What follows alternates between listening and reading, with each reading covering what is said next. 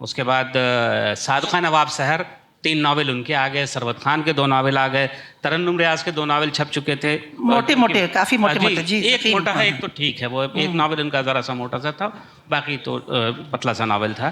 اچھا, آشا پربھات کا ایک ناول ہے. کئی لوگ ہیں جو, قمر جمالی, رینو بہل ابھی حال میں 10 سال, پچھلے 10-12 سال میں آئی ہیں, ان کے بھی 3 ناول آ گئے ہیں. تو ہمارے یہاں خواتین ناول نگاروں میں نسترن فتیحی صاحب, جی نسترن فتیحی صاحب ہیں, ان کا بھی ایک ناول آیا ہے. جی جی, اور ہو سکتا ہے اکا دکا نام میں بھول رہا ہوں, ہے نا, اور ظاہر ہے کبھی میں کوئی ریسرچ پیپر نہیں لکھ کر کے لایا ہوں, بالکل صحیح ہے نا. تو جو نام جو جن لوگوں کے نام میرے ذہن میں آئے وہ میں نے اس وقت آپ کے کہ کچھ بھول بھی گیا. اور بھی کوئی نئے لوگ بھی, اکا دکا لڑکیوں کا نام ہے. ابھی آج میں دیکھ رہا تو ہمیرا عالیہ ایک کوئی لڑکی ہے, اس کا بھی نیا ناول آیا, خاتون ہے کوئی, معاف کیجیے گا لڑکی مجھے کہنا نہیں چاہیے, خاتون ہے, بہرحال ان کا ناول آیا ہے. تو بہرحال ناول لکھے جا رہے ہیں. لیکن اس کے باوجود جیسا کہ ہوا کہ جب ہم ناول کے بارے میں بات کر رہے تھے, رجحان کے بارے میں, تو خورشید اکرم جیسے بھول گئے, ایسے ہی میرے خیال میں اور بہت سارے لوگ بھول جاتے ہیں. ہم خصوصی طور پہ اپنی خواتین ناول نگاروں کا ذکر نہیں کر پاتے, بھول جاتے ہیں. یہ کیا ہے مطلب؟ ہمارا جو ہم جو پڑھنے والے ہیں, مرد پڑھنے والے, وہ ہم اپنی خواتین کے تعلق سے کوئی تعصب رکھتے ہیں. ایک, کیا خواتین نے جو ناول لکھا ہے وہ اتنا ہمیں اپیل نہیں کر پایا کہ وہ ہمارے حافظے پہ خود اپنی جگہ اوپر بنا لے آ کر کے. جیسے ہم نے بہت سے ناول نگاروں کا ذکر کیا تھا پہلے بھی, ہم نے صدیق عالم کا ذکر کیا, خالد جاوید کا ذکر کیا, ان کا ذکر کیا, عبدالصمد صاحب کا ذکر کیا. کیا ایسا ہے کہ مطلب یا تو ہمارا معاشرہ ہی اس وقت جو ہے اس کو کوئی نہ کوئی وجہ تو ہوگی ہے کہ یا تو یہ معاشرہ ہماری خواتین ناول نگاروں کے لیے یا خواتین لکھنے والوں کے لیے کوئی متعصب ہے, یا انہوں نے جو لکھا ہے وہ اتنا اچھا نہیں لکھا ہے کہ جس کی وجہ سے ہم فوراً ہمارے ذہن میں ان کے نام بھی آئیں. ذکیہ مشہدی صاحبہ, دیکھیے میرے پاس وقت نہیں ہے ریسرچ کرنے کا, مطلب عمر کا وقت جو ہے وہ نہیں ہے کہ 2-4 سال کے لیے کوئی ریسرچ شروع کر دوں. لیکن میں تحقیق سے یہ بات ثابت کر دیتی کہ کچھ خواتین افسانہ نگار جو ادھر ابھر کے آئی ہیں, ان کے ناول کسی بھی عنوان مردوں کے لکھے ہوئے ناول سے کم نہیں ہیں. یہ پدر سری سماج ہے. میں آپ کو بتاؤں, ابھی میں نے ایک پاکستانی وہ ایک انڈین رسالے میں ایک پاکستانی رائٹر جن سے آپ سب لوگ واقف ہوں گے, ان کے لیے میں جو بہت ہی شائستہ لفظ استعمال کروں گی وہ ہے بد تہذیب. انہوں نے کہا ایک انٹرویو کے دوران کہ عورتیں ثواب جاریہ ہیں, چلتی رہیں گی, لکھتی رہیں گی, پڑھی رہیں گی ایک کونے میں. تو یہ جو اہانت انگیز جو ایٹیچیوڈ ہے, یہ صرف ان شخص کا نہیں ہے. میرے خیال میں it percolates down to the entire society, اور اس وجہ سے عموماً عورتیں جو لکھتی ہیں اس کو زیادہ توجہ نہیں دی جاتی. اور ایک بہت بڑی بات میں آپ کو بتاؤں, عرض کروں کہ میں نہیں ہوں سوشل میڈیا پہ, میں نے وہاں آنا بالکل مناسب نہیں سمجھا. میں گوشہ نشین انسان ہوں, 50 سال میں جب ینگ تھی اس وقت سے لکھ رہی ہوں. ابھی رولا مچنے لگتا ہے کوئی ناول چھپتا ہے تو ایک شور, کس پر؟ فیس بک پر. ایک صاحب نے ناول لکھا, انہوں نے اس کا ذکر 2-1 لوگوں نے کیا, باقی لوگ جو ہیں وہ اچھلنے لگتے ہیں, معلوم ہوتا ہے گھر میں بارات آ رہی ہے, تو وہ اس طرح سے اچھلنے کودنے لگتے ہیں. تو اس وجہ سے ناول کا ذکر بہت زیادہ ہو جاتا ہے. عورتیں ذرا سا اس سلسلے میں خاموش رہتی ہیں, کم اچھلتی کودتی ہیں فیس بک کے اوپر. ایک آدھ ہیں اس طرح کی. تو اس میں پبلسٹی کا آج کل بہت دخل ہے, اور یہ سوشل میڈیا نے ہمارے ہاں بہت کچھ یہ ان ناولز کو اچھالا ہے جو اس کے مستحق نہیں تھے. اور اس میں خواتین کو نظر انداز کیا جانا, میں بتاؤں بہار کی, میرا تعلق بہار سے نہیں ہے, میرا سسرال ہے بہار, تو یہ بیٹھے ہیں سسرالی عزیز. تو یہ وہاں تو ایک عورتوں کے بارے میں یہ بھی کہا جاتا ہے کہ صاحب سسرال سے انہیں محبت نہیں ہوتی, مجھے بڑی محبت ہے. تو شکیلہ اختر ایک صاحبہ وہاں بہت پہلے, یعنی وہ مجھ سے بہت بڑی ہوں گی عمر میں, مجھے پتہ نہیں ہوتی تو 100 سال کی ہوتی کتنی ہوتی, تو ان کو بری طرح نظر انداز کیا گیا. شروع میں تو کہا گیا کہ ان کے میاں اختر اور انوی جو ہیں وہ ان کے ناول لکھ دیتے ہیں. تو عورت جب لکھتی ہے تو یہ پہلے ماننے کو نہیں تیار ہوتے ہیں کہ وہ لکھ بھی رہی ہے کہ نہیں لکھ رہی ہے, تو اس کے ناولز کو کیا توجہ دیں گے. میرے پاس وقت نہیں ہے, لیکن کوئی صاحب یہاں جو بیٹھے ہیں جو مجھ سے عمر میں کم ہیں, وہ یہ ذمہ لیں, اور ذی علم صاحب شعور اور دلچسپی رکھنے والے یہ ذمہ لیں کہ میں اپنا کام ادھورا چھوڑ دوں گی تو وہ اس کو پک اپ کریں گے, وہ اس کو پورا کریں گے. مطلب میں اگر ٹہل جاؤں چلی جاؤں تو وہ اس کو پورا کریں گے. وہ ذمہ لے لیں, گارنٹی دیں تو میں یہ کام کرنے کے لیے تیار ہوں کہ عورتوں کے ناولز کا ایک